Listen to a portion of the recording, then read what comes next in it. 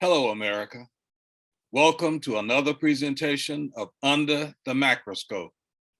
Today, I want us to take a close look at the argument surrounding gun control in America. The operative word is control. Very little people who are always trying to come up with ways to make themselves look big do so because they thrive on control. They strive to oppress everyone else except, quote, their kind, and would do anything to promote their sick propaganda.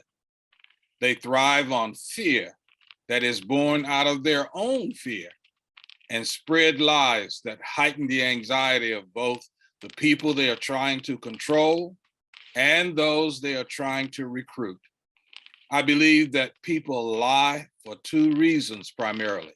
One, they have no integrity, and two, they are convinced that their listeners are so dumb and stupid that they will believe anything that they are told. The biggest lie right now is, quote, they, meaning the government, are trying to take away our guns, end quote. This lie is coming from the little people because they believe that their guns are going to help them gain, quote, control. No one is trying to take away anyone's right to bear arms.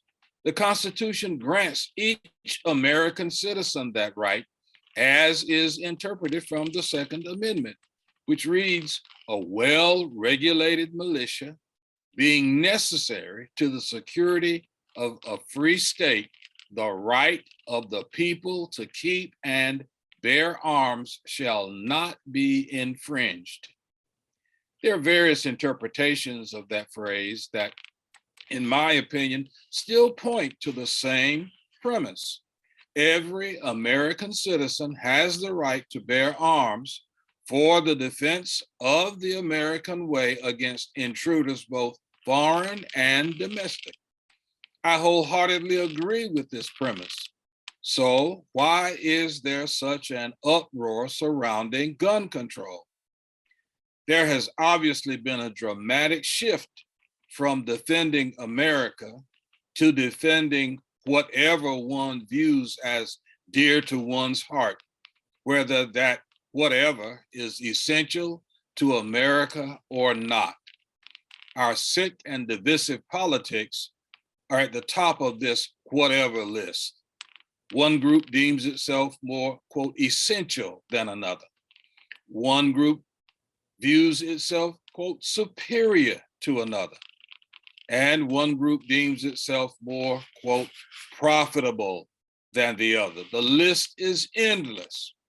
The one thing that all of these groups have in common is that they believe that the one who has the most guns of all kinds will, quote, rule. They are even willing to sacrifice innocent citizens who look like they belong to their particular groups in order to hold on to their guns. When you look at the shootings at Columbine, Sandy Hook, and Las Vegas, where the majority of the victims were believed to be white, that was not enough to move the gun lobby to ban weapons of mass destruction. So anyone who thinks that this same gun lobby is going to change their well-funded position just because a group of Black citizens in Buffalo and a group of brown citizens at a Texas elementary school were shot dead had better think again. Anyone and everyone becomes expendable when holding on to their guns is at stake. The so-called negotiations going on in Congress right now mean absolutely nothing. If they, both Democrats and Republicans, really cared, there would be no negotiations, just legislation banning assault weapons and all their accessories. Increasing the age limit to purchase such weapons is a joke. People who want their children to have an assault weapon will purchase these weapons for their children, regardless of age, because in their little minds, they are preparing for war. Banning these weapons of mass destruction does not mean that you will lose your right to bear arms. Yet, the liars in Congress and those at large push this stupid lie because they want as many guns as possible on the streets, in as many hands as possible of their kind, with the hopes that as many, quote, undesirables as possible will be eliminated. These same liars are building walls to keep as many undesirables as possible out of our country. The most amazing warp in this scenario is the numbers of Black and brown, quote, undesirables who have joined forces with their oppressors who want to claim control over everyone and everything in America.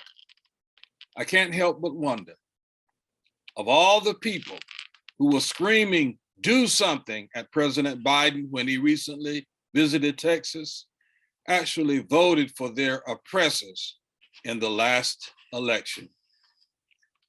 Just another Mackian observation. Thanks for listening.